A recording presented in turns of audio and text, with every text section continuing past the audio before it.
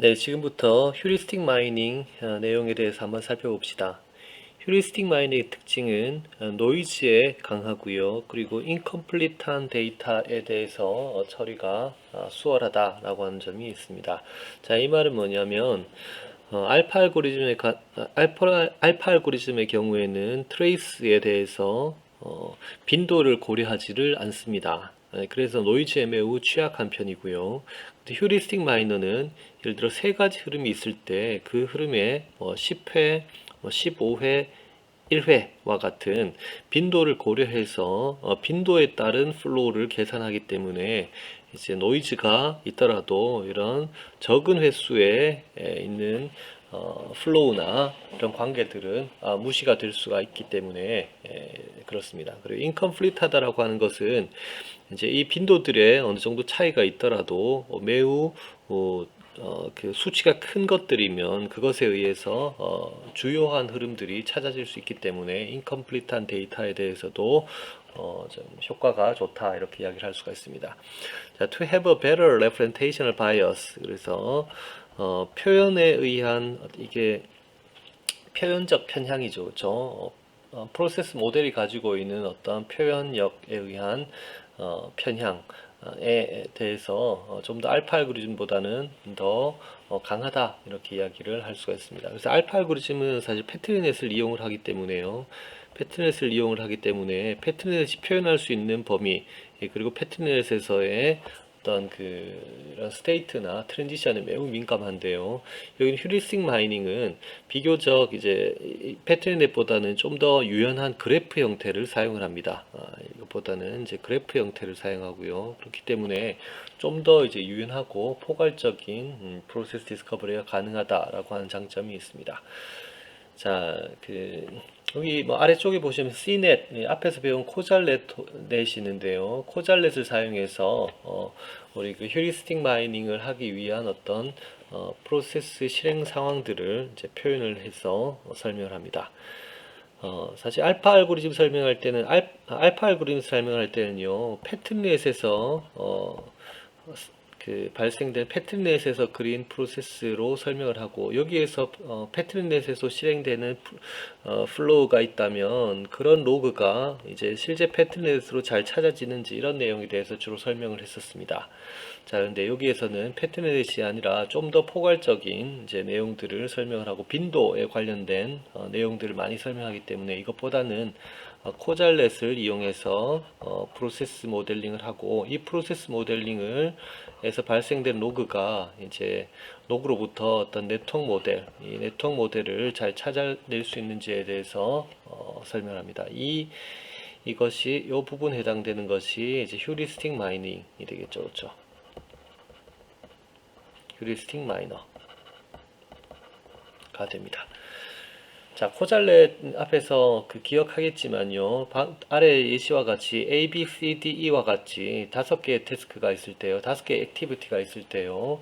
자, A가 끝나고 나면 3가지 이후 상황에 발생할 수가 있는데 A 다음에 E 바로 실행이 가능하거나 또는 A 다음에 B와 C를 동시에 묶어서 병렬로 실행을 하거나 또는 아래쪽과 같이 D를 수행한 이 세 가지 가능성을 가지고 있다라고 하는 것을 이제 보여주고 있습니다. 그리고 B는 독립적으로 앞에서 A가 끝나면 수행할 수가 있고 B가 끝나면 다음으로 진행될 수가 있다. 그리고 C도 A가 끝나면 독립적으로 실행해서 독립적으로 다음으로 정보를 전달할 수가 있다. D도 마찬가지로 A가 끝나면 실행할 수가 있고 D가 끝나면 다시 한번 반복해서 D를 수행하거나 또는 그 다음으로 넘길 수 있다라고 되어 있죠. 그리고 E라고 하는 것도요. A가 끝나서 오거나 또는 B와 C가 둘 다 끝나서 오거나 또는 D만 끝나서 오거나 3가지 경우에 실행할 수 있다라고 하는 것을 표현하고 있습니다. 이건 앞서 코잘렛의 내용들을 이해하고 있는 친구들이라면 잘 이해를 할 수 있을 것 같습니다. 자, 이 페이지에서는요, 자, 방금 봤었던 그 코잘렛을 통해서 데이터가 생성이 될 텐데, 또는 프로세스의 이벤트 로그가 생성이 될 텐데, 그 중에 일부 노이즈가 발생한 예시를 보여주고 있습니다. 자, 앞서 봤었던 것처럼 이렇게 진행이 되면 AE가 발생하겠죠. 그리고 이렇게 발생되고 이렇게 발생되면 A, B, C, E, 그렇죠. A, B, C, E 또는 A, C, B, E, B와 C는 동시에 수행되면서 선후 관계가 바뀔 수도 있습니다. 자, 그리고 A, B, E가 있네요. 그렇죠. 사실 A, B, E는 이제 뭔가 문제가 있는 거예요. 예를 들어서 A와 E만 수행되는데 B가 잘못 기록된 걸 수도 있고요. 또는 A, B, C, E가 수행되는데 C가 그렇죠. C가 기록되지 않았을 수도 있죠. C가 누락될 수도 있습니다. 그래서 이게 시스템이나 또는 어떤 여러 가지 현실에서의 그 로그를 수집을 할 때, 기록을 할 때 누락돼 있을 수도 있다는 겁니다. 예를 들어서 여러분 뭐 모바일 폰을 통해서 여러분들 이동 기록들을 그 와이프 네트워크로 수집을 하는데 그 기록들이 누락이 되어 있거나 또는 여러분들이 뭔가 데이터를 정리할 때 그 시스템에서 기록이 뭔가 다른 문제에 의해서 누락이 되어 있을 수 있겠죠. 자, 이런 것들이 이제 노이즈다라고 볼 수가 있습니다. 또 마찬가지로 그 다음에 있는 ACE도 마찬가지입니다. 그래서 아래쪽에 코잘렛에서 보면 A와 C와 E 세 가지만 기록되는 경우는 사실상 없죠. 그렇죠? 왜냐하면 B가 추가로 수행이 돼야 되는 경우일 겁니다. 그렇죠. B가 추가로 수행이 되거나 또는 C가 잘못 수행된 것이거나 이 둘 중에 한 가지겠죠. 그렇죠? 그래서 이 한 건의 데이터, 나머지 이제 앞에 있는 5건이나 10건이나 이런 데이터는 문제가 없는데 이 한 건의 데이터는 뭔가 데이터의 기록에 문제가 발생한 경우가 포함된 겁니다. 자, 그리고 ADE도 있죠. 그렇죠? ADE. ADE는 정상적인 플로우에 의해서 진행이 된 거네요. 자, 그리고 ADDE도 있습니다. 그렇죠? ADDE는 이렇게 D가 반복해서 수행될 수 있으니까 가능한 거네요. ADDD도 반복해서 수행될 수 있으니까 가능한 겁니다.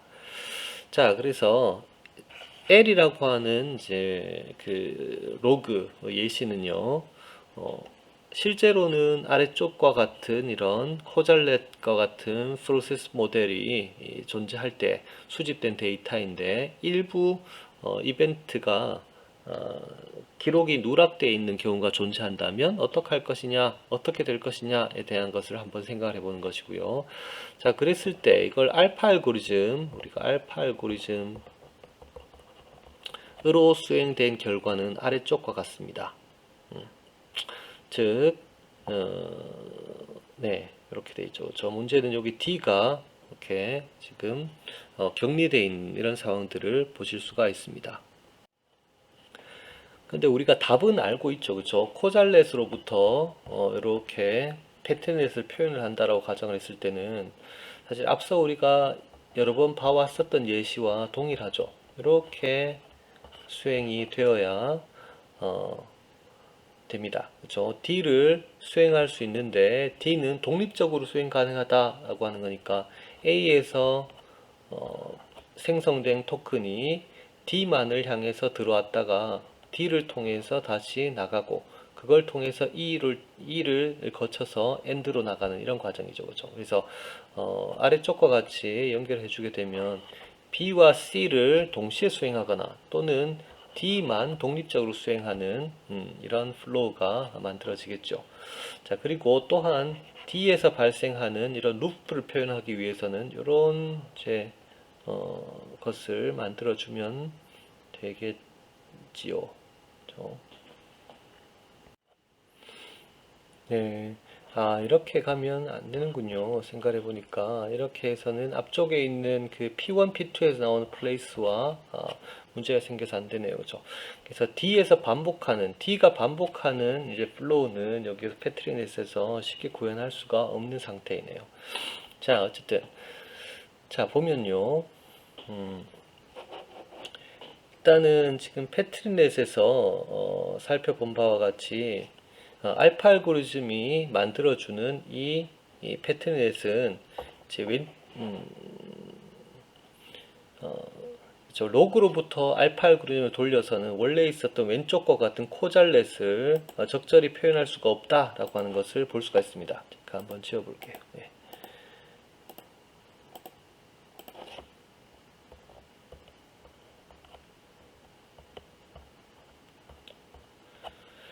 자, 다음과 같이 패트넷을 통해서 알파 알고리즘으로 만들어진 패트넷은 왼쪽에 있는 코잘렛을 적절하게 생성을 해줄 수가 없었습니다. 그 이유가 뭘까요?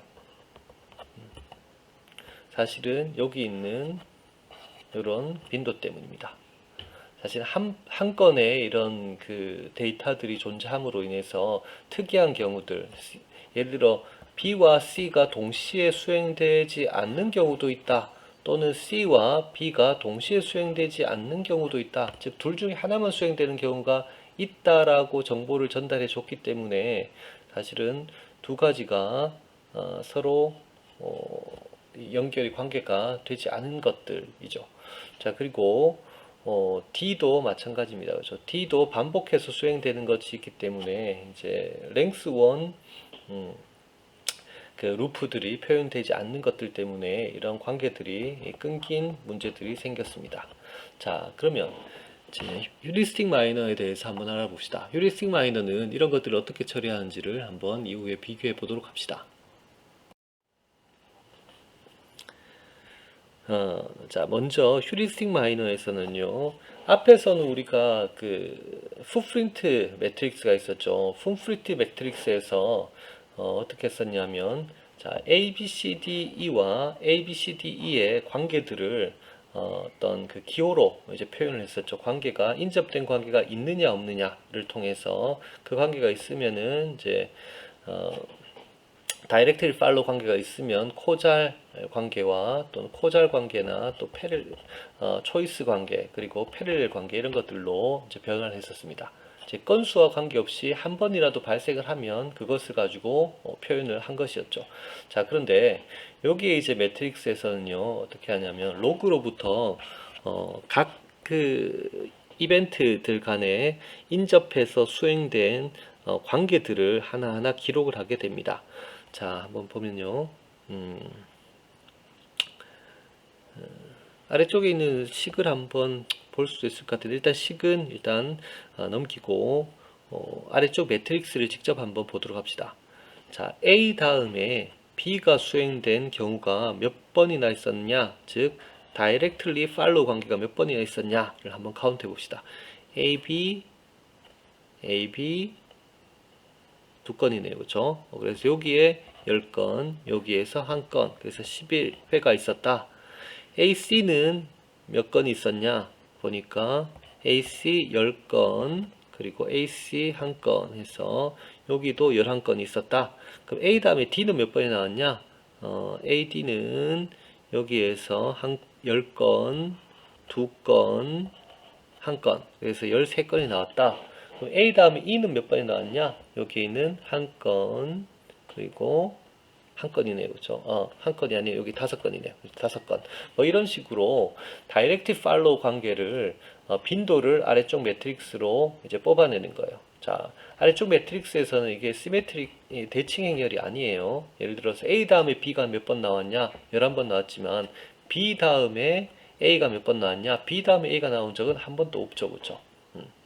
자, 이런 관계를 통해서 횟수를 카운트를 합니다. 그래서 위에 있는 수식을 뭐 간단하게 한번 살펴보면요. 자, 이렇게 되어 있죠. 요것은 시그마 트레이스가 발생된 횟수를 의미를 하고요. 예를 들어서 요 첫 번째 사례 같으면 이게 그 트레이스가 A, E가 되겠죠. 그렇죠? 그래서 L에 포함되어 있는 트레이스, 모든 트레이스에 대해서 계산을 하는데요. 여러분 트레이스가 하나, 둘, 셋, 넷, 다섯, 여섯, 일곱, 여덟 개가 있어요. 그래서 그 L에 들어가 있는 8가지의 시그마 트레이스에 대해서 살펴보는데요. 예를 들어 첫 번째 트레이스인 A에 대해서 한번 살펴보면 L은 5회가 될 거고요. 그리고 여기 i라고 하는 것을 보면은요, 여기서부터 여기까지 보면 i가 1부터 어디까지냐 하면은 길이가 2까지 이렇게 되어 있죠. 그렇죠? 2까지로 되어 있고, 즉 i가 1밖에 안 되죠. 그렇죠? 2보다 작을 때까지니까 다이렉트 팔로우 관계가 한 번밖에 안 나오죠. 그죠? 그래서 이 트레이스의 길이가 2이기 때문에 2보다 작을 때까지, 즉 i가 1일 때에 대해서만 수행을 하고요. 그리고 여기 보면 A 앞에 있는 트레이스의 요 의미는 뭐냐면은 트레이스의 i번째 것이 A이고 트레이스의 i 플러스 1번째 것은 사실 우리는 E죠. 그죠? 그래서 두 번째 것. 그래서 앞에 있는 것을 시그마 i라고 하고 그 다음 오는 것 i 번째에 있는 그 엘리먼트를 A라고 하고 그 다음 i 플러스 1번째 있는 것을 B라고 했을 때 그 둘 간의 어떤 그 관계를 가지는 횟수를 여기 A, B의 이런 다이렉트 팔로우 관계의 빈도이다, 이렇게 놈이다, 이렇게 표기를 한 거예요. 다시 이야기를 하면, 자, 여기서 예를 들어서 요걸 한번 해볼까요? 여기 있는 요 A, 그래서 여기 있는 5라고 하는 값이 어떻게 나오냐? 5라고 하는 값은 이거죠, 그렇죠? A 다음에 E가 나온 횟수를 의미를 하는 것이고, 이렇게 표기가 바뀌었네요. 이렇게 A 다음에 E가 나온 횟수를 의미를 하는 것이고, 그게 로그 L에서 몇 번 나왔냐라고 하는 겁니다. 그래서 A 다음에 E가 나온 것을 모든 트레이스 L 내에 있는 모든 트레이스, 위에서 같으면 8가지 트레이스에 대해서 확인을 하는 것이고요. 그래서 예를 들어 첫 번째 트레이스에 대해서 한번 확인을 해보면 A 다음에 E가 나온 케이스가 있냐? 자, A 다음에 E가 나온 게 i와 i 플러스 1, 즉 인접된 관계에서 발생된 것이 있느냐? 그리고 그게 예를 들어서 이게 AE, BC, D, AE와 같이 A가 두 번 또 나올 수가 있으니까 그렇게 나온 것이 여기서 같으면 i가 1일 때 한번 요 관계가 성립하죠. 그렇죠? i가 1일 때 앞에 것이 A이고 두 번째 게 E이다. 이렇게 되는 것이고 i가 1, 2, 3, 4, 5, 6 i가 6일 때도 여섯 번째 것이 A이고 일곱 번째 것이 E이다. 이런 관계가 성립을 하죠. 그렇죠? 그러면 이때는 요 트레이스에서는 그 빈도가 요것이 요런 i가 1일 때와 i가 6일 때가 있죠. 그렇죠? 그래서 i가 1일 때와 6일 때가 요 집합 안에 들어가는 거죠. 그렇죠? i가 1일 때와 6일 때. 그러면 그 집합의 크기는 얼마예요? 크기는 2가 되겠죠. 그렇죠? 그래서 요 경우에는 요 크기가 2다라고 하게 되면 위에서 시그마 L 시그마 곱하기 2회이다. 이렇게 되는 것이고요. 그래서 첫 번째 시그마에 대해서는 요런 A에서 E까지 예를 들어서 두 번이 나오는데 그 트레이스는 총 여기에서 5회가 발생했다 라고 하게 되면 총 10이라고 하는 값이 5 곱하기 2라고 해서 10이라고 하는 값이 요 시그마에 들어가는 거죠. 그렇죠? 첫 번째 시그마에 들어가는 거죠. 그리고 그런 케이스가 여기 이 시그마 L 안에 있는 시그마에 몇 번이 있는지 총 다 합산한 것이 여기 있는 매트릭스에 채워지는 것입니다. 그래서 여기 노테이션은 사실 우리가 이산수학에서 표현하는 어떤 수식이기 때문에 조금 이제 그 이해가 쉽지 않을 수도 있는데요. 어쨌든 내용은 간단합니다. 그렇죠? 모든 여기 L에 있는 모든 트레이스에 대해서 예를 들어서 A 다음에 E가 directly follow로 등장하는 횟수가 총 몇 번인지를 찾아야 되는 것이고 그걸 찾는다는 것은 여기 아래쪽에 있는 횟수와 위쪽에 있는 빈도를 곱해서 여기 있는 것이 곱해서 총 합산을 하면 된다라는 거죠. 자, 그래서 방금과 같은 식으로 A에서 A 다음에 B가 직접적으로 L에서 몇 번이나 등장했는지 총 빈도를 이제 계산하고 난 다음에 그걸 가지고 디펜던시 메저라고 하는 것을 계산을 합니다. 그 디펜던시 메저는 이렇게 이제 표현을 하고요. 즉 A 다음에 B가 등장할 또는 디펜던시 영향을 받아서 등장할 어떤 그 의존 정도가 얼마나 되는지를 이런 표기법, 노테이션을 통해서 지금 표현한 겁니다. 자, 한번 읽어보면요. 자, 이 measure는 dependency measure is the value of the dependency relationship between A and B 라고 되어 있죠. A와 B, A 다음에 B가 일어날 어떤 의존적인 관계성에 대한 정도를 수치적으로 표현한 겁니다. 그래서 보니까 그러면 어떠냐? 자, A와 B가 같으면 안 돼요. 그죠? 여기에서는. 왜냐하면, 같지 않은 경우에 대해서 어떻게 계산하냐? 자, A와 B가 있는데, 야, A 다음에 B가 이렇게 화살표로 연결될 수 있냐를 보면, 자, A 다음에 B가 몇 번 나왔는데, 그 다음에 B 다음에 A가 몇 번 나왔는데, 횟수에다가, 그 다음에, 야, A 다음에 B가 나온 것이 B 다음에 A가 나온 것보다 얼마만큼 더 많이 나왔는데? 라고 하는 거죠. 그죠? 자, 그래서, 그러니까 B가 인접한 횟수하고 B 다음에 A가 나온 횟수하고를 각각 예를 들어서 10회고 5회이다 라고 가정을 해봅시다. 그러면 A에서 B로 이런 화살표를 만들어 줄 것이냐 말 것이냐를 이 수치를 통해서 계산하겠다는 겁니다. 자, 그러면 이 경우에 수치를 에다 집어넣으면요. 자, A 다음에 B는 5회이고 B 다음 A가 10회 나왔고 B 다음 A가 5회 나왔다고 가정하게 되면 저 수식에서는요.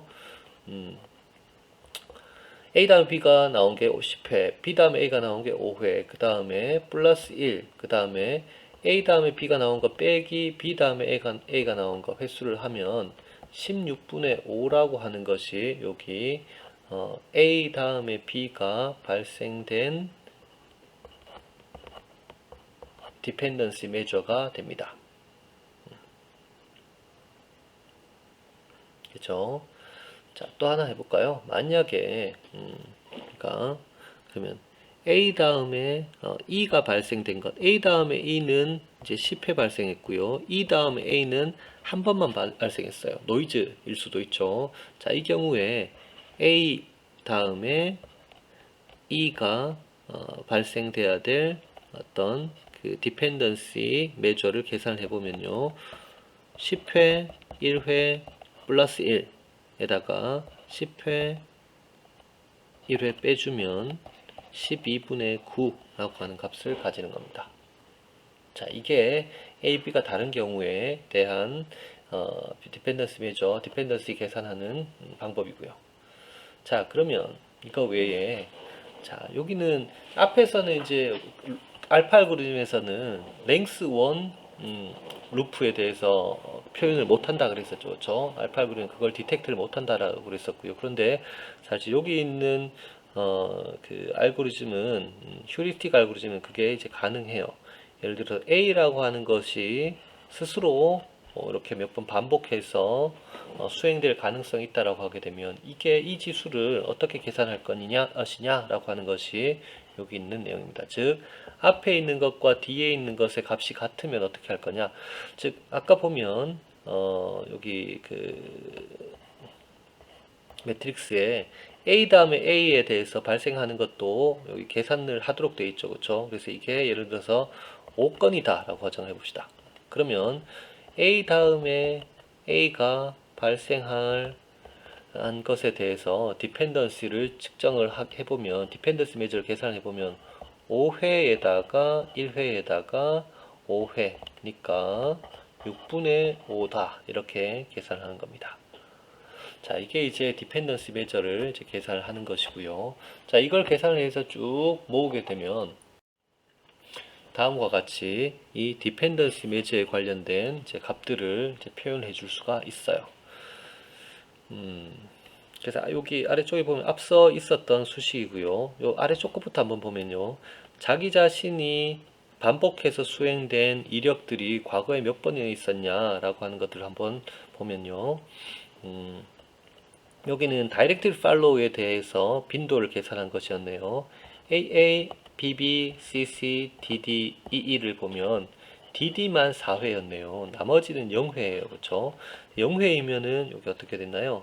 0회이면 아래쪽에서 보면 0 플러스 1분의 0 해서 0이라고 나오죠. 그렇죠? 그래서 여기에 0, 0, 0, 0이 나왔고요. 자, 그럼 4회가 나온 건 어떻게 되냐? 여기에서 마찬가지로 4회 플러스 1회분의 4회이다. 이렇게 되어서 5분의 4 이렇게 계산이 되었죠.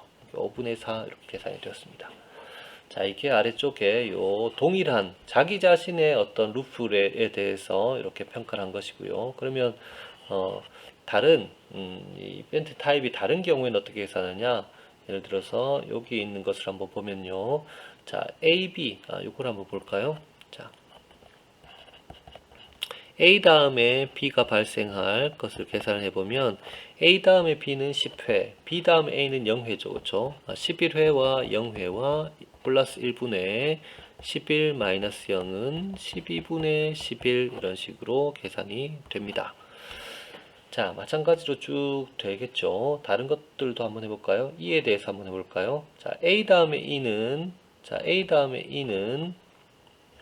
요거네요. 그렇죠? 요걸 계산해 보면 자, A 다음에 E는 5회, E 다음에 A는 0회이기 때문에 5 더하기 0회 분의 5 빼기 0회는 6분의 5이다. 이렇게 계산이 되었죠. 자, 양쪽으로 다 있는 케이스를 한번 봅시다. 양쪽으로 다 있는 케이스 10회 10회네요. 저 B 다음에 C가 나온 게 10회, C 다음에 B가 나온 게 10회. 이런 경우에는 어떻게 되냐 한번 해보면요. 자, 요 경우가 되네요. 요 경우를 해보면 자, 내가 10회 나왔고 너가 10회 나왔고 1분의 10 빼기 10은 0 이런 식으로 돼 있죠. 그렇죠? 그래서 그렇습니다. 자, 이쯤 하고 나서 한번 생각을 해봐야 될 것이 1이라고 하는 걸 왜 넣었을까요? 여긴 플러스 1.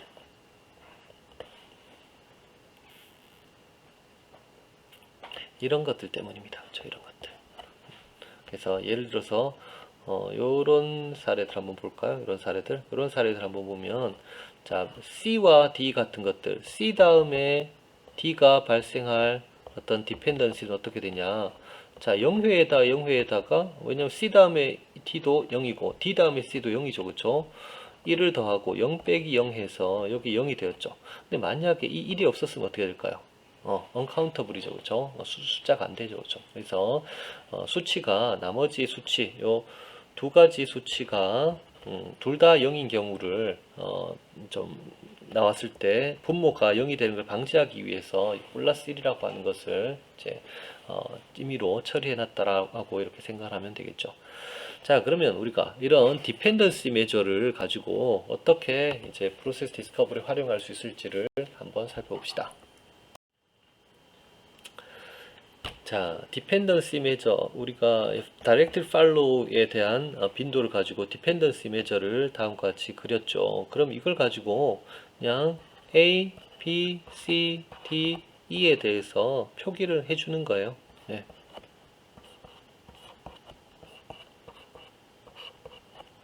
자, 그래서 A에서 A로 가는데 0은 이제 여기 있는 0이라고 하는 것은 이제 표기를 안 해준 거고요. 여기 있는 11, 11, 14 해볼까요? A에서 B로 가는데 11, 11회, 그 다음에 D로 가는 게 13회, 그 다음에 E로 가는 것이 5회 있었다. 이렇게 표현한 거고요. 자, 그 다음에 B에서 C로 가는 거, E로 가는 거, B에서는 C로 가는 것이 있었네요. B에서 C로 가는 게 10회, 가 있었다. 네. 그리고 B에서 E로 가는 것이 11회가 있었다. 그렇죠? 그리고 C에서 B로 가는 게 10회가 있었다. 그리고 C에서 E로 가는 게 11회가 있었다. 그렇죠? 그 다음에 D에서 D로 가는 게 4회가 있었다. 그리고 D에서 E로 가는 게 13회가 있었다. E에서는 가는 게 하나도 없었다. 이렇게 써주고요. 자, 그리고 나서 여기 한번 봅시다.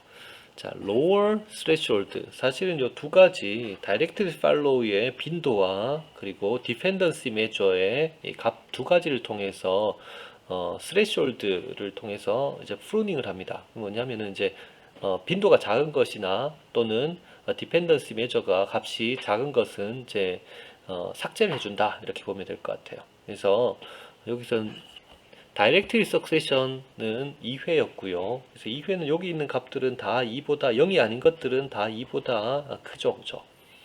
그리고 두 번째 있는 것들은요. 여기 디펜던시를 0.7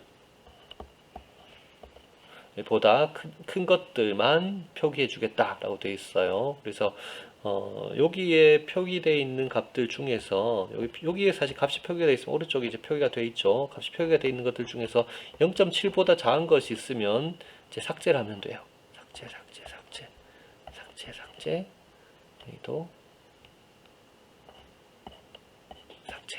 그래서 여기 있는 10과 10 부분이 삭제가 된 거죠. 그죠?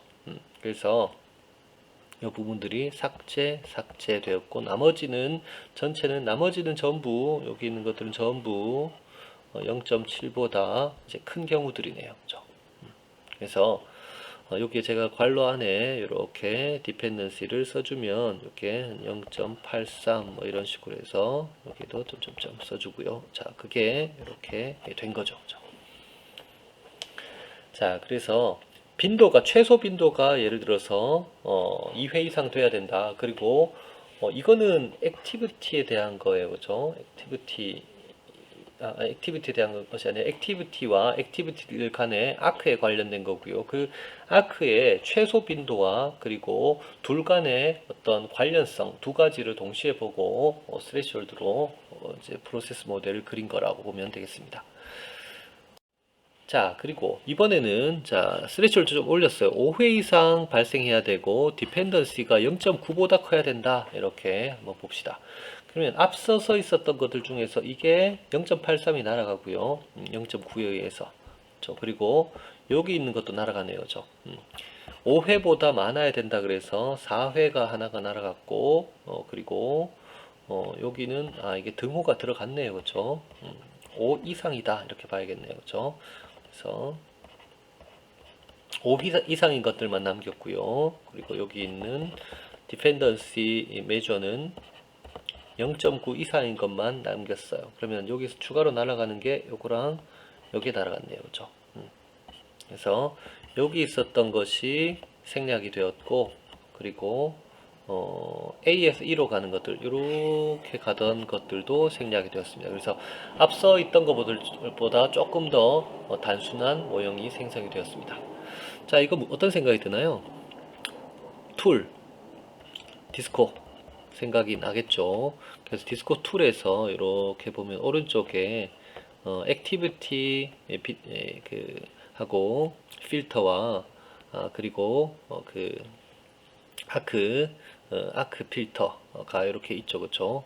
이 두 개를 가지고 이렇게 게이지를 조정을 하면 이제 액티비티도 있다가 없다가 그리고 여기 있는 아크도 있다가 없다가 이렇게 생겼다 없어졌다 하게 되죠. 그게 여기 있는 스레시홀드를 조정하는 거다 이렇게 보시면 되겠습니다. 사실은 이제 이 안에서 수행하는 그 스레시홀드는 요 이제 그 휴리sigma 하이나 원본하고는 좀 다른 것입니다. 그렇지만 어쨌든 이제 그 디스코에서 사용하는 것들도 휴리sigma 하이너의 익스텐션 버전이라고 이제 알려져 있고요. 그렇게 기술이 되어 있고 거기서도 마찬가지로 액티비티와 액티비티 간의 관계를 통해서 이제 필터링, 액티비티 필터링과 그리고 아크 필터링을 수행을 하는 이제 예시라고 디스코도 그 예시라고 보면 되겠습니다. 자, 여기 있는 예시는 앞서 봤었던 그 다이렉트 석세션 빈도가 2회 이상이고 두 가지 필터링 했었던 것 중에서 첫 번째 것 예시입니다. 그리고 디펜던시 메저 값이 0.7 이상인 것들을 가지고 네트워크를 만들었다 라고 할 수가 있겠습니다. A, B, C, D, E가 있다.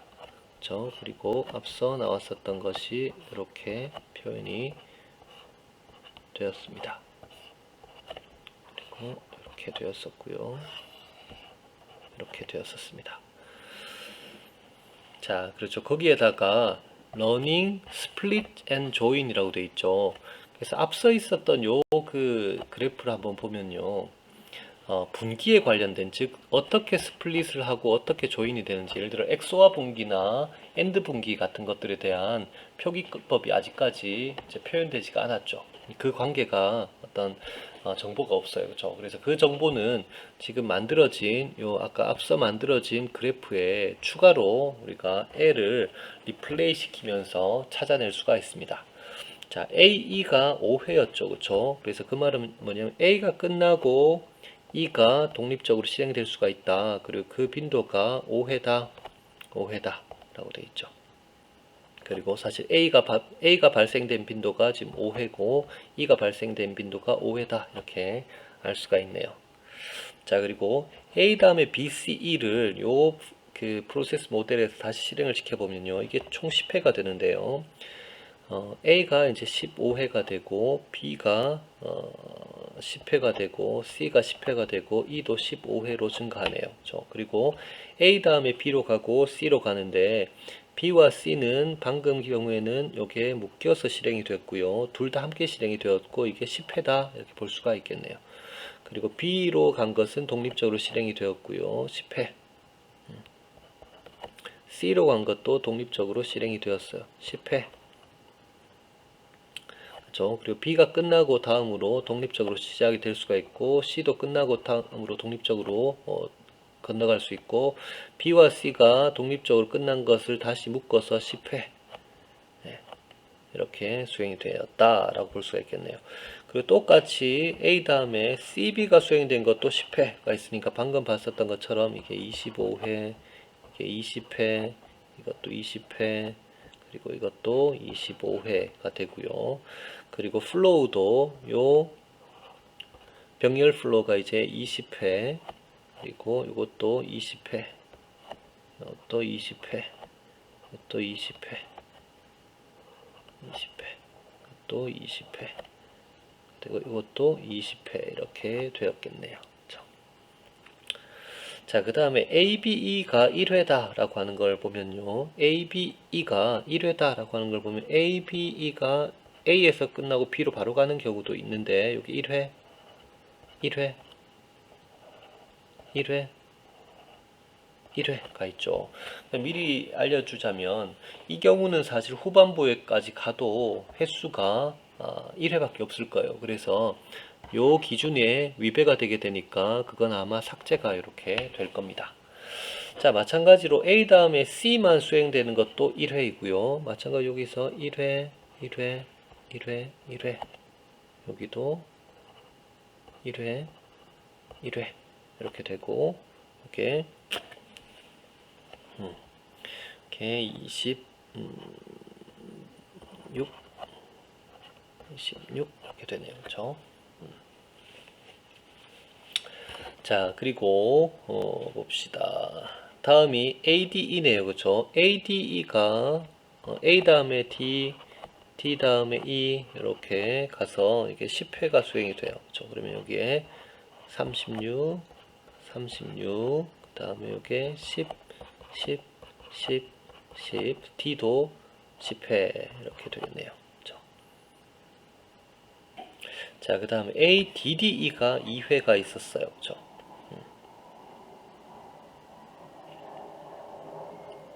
ADD가 2회가 있습니다. 자, 그럼 이게 38이 되나요? 38이 되고, 이게 12회, 12회, 여기서 D에서 D로 가는 게 두 건이 생겼네요. 그렇죠? 두 건 가고 두 건 오고, 그 다음에 이게 12회, 12회, 이렇게 둘이 들어가서 38 이렇게 됐네요. 자, 여기에 한 건이 있는데, 이게 왜 하나가 모자랄까요? 여기에 39가 되고, DD니까요. 이게 13이 되고, 이게 13이 되고, 13이 되고, 그런데 중간에 한 번 간 거, 두 번 간 거. 그러니까 이게 한 건이지만 두 건씩 들어갔네요. 그죠? 왜냐하면 한 번, 두 번 들어갔기 때문에 이게 두 건이 추가가 되고, 두 건이 추가가 되고. 그리고 그 다음에 13, 여기도 13, 그리고 39 이렇게 되었네요. 그죠? 아, 제가 아까 여기에 1이 두 개가 있었는데 아마 아까 36을 한 번만 더해 준 것 같아요. 그죠? 그래서 추가로 한 번 더 더해 줘야겠네요. 그죠? 그럼 40회. 여기서도 아까 그렇죠. 25에서 26까지 한 번만 더했네요. 그렇죠. 사실 여기 한 번 더 더했어야 되죠. 그렇죠. 요걸 제가 아까 빠뜨렸었네요. 이렇게 40회 이렇게 됩니다.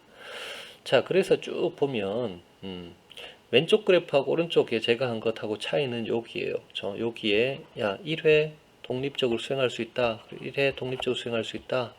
1회 여기 1회가 들어가는 게 아니라 이게 21, 21이 되네요. 그렇죠.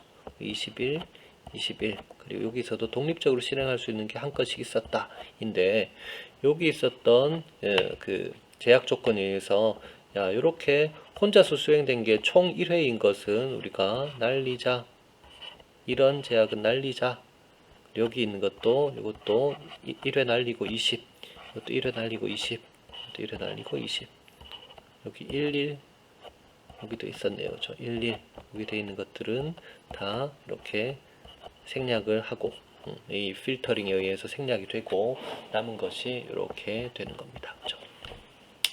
자, 그러면 우리가 이 페이지를 통해서 얻을 수 있는 건 뭔가요? 앞서서 우리가 그 디펜던시 매저를 통해서 그래프를 필터링 했었을 때는 그때 얻은 것은 A, B, C, D 간의 주요한 선후 관계가 어떻게 되는지를 쭉 뽑아낸 것이었고요. 그런데 이것들은 우리가 예상하다시피 이런 디펜던시에 관련된 디펜던시 매저라고 하는 이 값들 있죠, 그렇죠? 이 값들을 통해서 뽑아낸 거기 때문에 사실은 각각의 독립적인 값들을 쭉 계산을 해서 야 A, B, B, C 이런 것들의 관계가 있냐 없냐 이렇게 뽑아낸 거였잖아요, 그렇죠? 그렇기 때문에 이들과 이들 간의 관계가 동시에 수행돼야 된다던가 또는 뭐 이런 조인이라던가 이런 관계가 이 매트릭스 자체에서는 뽑아낼 수가 없었죠, 그렇죠? 그런데 이 로그 L을 가지고 다시 리플레이를 해보면서 추적을 해보면 이런 디펜던시, 패럴렐 관계나 조인 관계나 스플릿 관계들을 이제 추적을 할 수가 있다라고 하는 겁니다. 그래서 이제 게이트웨이 또는 다음 업무를 수행을 할 때 어떤 관계를 통해서 다음이 진행되는지를 추출해낼 수가 있다라고 하는 것을 15페이지에서 확인하였습니다. 자, 그럼 15페이지에서 확인한 것은 예를 들어 우리가 디스코어에서 봤었던 것과 같이 이제 표현할 수가 있어요. 그러면 자, 플로우가 이렇게 나왔는데요. 그 플로우에 어떤 그 웨이트를 줄 수가 있다는 거죠. 그죠? 야, 나는 40회짜리야. 나는 17회짜리야. 그죠? 나는 40회짜리야. 라고 하게 되면 그걸 좀 더 이제 크게 그려줄 수도 있고요. 그리고 디스코처럼 좀 진하게 그려줄 수도 있고요. 그리고 빈도가 작은 건 좀 작게 그려주거나 좀 연하게 그려줄 수도 있겠죠. 그죠? 예, 그리고 여기서 보시다시피 빈도가 많은 거다. 그러면 좀 진하게 그려줄 수도 있고요. 이렇게 진하게 그려줄 수 있고요. 야, 나는 5회밖에 수행 안 돼. 그럼 가늘게 이렇게 그려줄 수도 있습니다. 나는 4회밖에 안 돼. 나도 가늘게 이렇게 그려줄 수 있죠. 그죠? 그래서 좀 더 이제 시각적으로 프로세스의 어떤 빈도나 패턴들을 잘 보여줄 수 있도록 이렇게 비주얼라이제이션 하는 쪽으로 이렇게 표현을 할 수가 있다. 그리고 여기 있는 엔드나 이런 분기들은 사실은 그래프 표현에 따라서 표현을 해줄 수도 있고 해주지 않을 수도 디스코처럼 해주지 않을 수도 있습니다. 자, 그러면 휴리스틱 마이너를 우리가 한번 살펴봤는데요. 어떤 생각이 드나요? 우리가 필요에 따라서 필터링을 해서 빈도가 작은 것들 또는 뭐 1회, 2회 아주 상대적으로 빈도가 적은 어떤 그 아크들은 좀 무시를 할 수도 있고요. 그리고 또 더 나아가서 액티비티 자체도 발생 빈도를 우리가 측정을 했기 때문에 액티비티의 빈도가 낮은 것은 이렇게 하이드, 숨길 수도 있고요. 그런 관계가 있죠, 그죠? 그때의 장점은 뭐냐면 앞서 봤던 것처럼 노이즈가 발생을 해서 빈도가 적은 어떤 플로우나 관계들이 존재를 하더라도 그것들은 이렇게 지워버릴 수가 있기 때문에 알파 알고리즘처럼 매우 민감하지 않다, 로버스트한 플로우가 나온다. 이런 것들을 한번 볼 수가 있습니다.